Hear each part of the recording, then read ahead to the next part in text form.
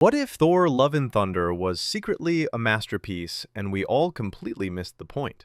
Let's be honest, for many, the film didn't quite land. After Ragnarok's reinvention, the screaming goats, jarring tonal shifts, and childish jokes felt like a misfire. The film was criticized for turning a complex villain into a cartoonish monster and sidelining Jane Foster's heartbreaking storyline for gags. It felt like a step backward. But what if this was all a deliberate misdirection? What if the movie we saw wasn't the real story at all? The entire film isn't what it seems. The theory is this: the movie is a complete fabrication, a sanitized fairy tale told by Korg to young Asgardian children. He's intentionally covering up a darker, more horrifying reality, scrubbing away the grim details to protect them. The real story isn't a rom-com, it's a cosmic tale about loss, faith, and vengeance. The film is explicitly framed by Korg as a storyteller. Why would a story for kids feature a god butcher and terrifying shadow monsters? It wouldn't. Korg tones it down, making shadow creatures silly and Gore's crusade a simple rescue mission.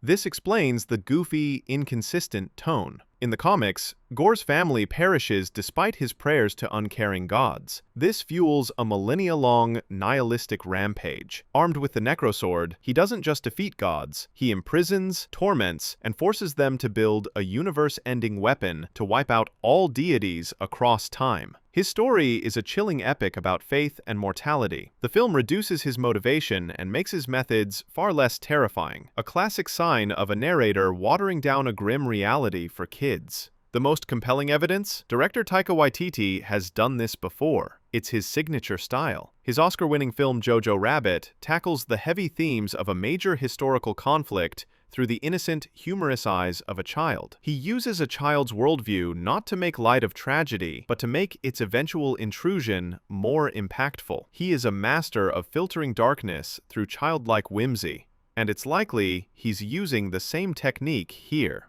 The final, undeniable proof? Korg, the narrator of this sanitized story, is voiced by the director himself, Taika Waititi. This is more than a cameo, it's a metatextual confession. Waititi put himself in the film as the unreliable storyteller, breaking the fourth wall to signal the narrative is being manipulated. He's telling us, you are watching my version of the story, the one that's safe for kids. The real Love and Thunder was a dark and intense film we never saw. Of course, there's the twist. Waititi has also publicly said he doesn't care much for comic accuracy, and did the film for the paycheck. So is this a brilliant, layered storytelling choice that respects the audience's intelligence? Or is it just the perfect, fan-made excuse for a movie that didn't quite work? So what do you think?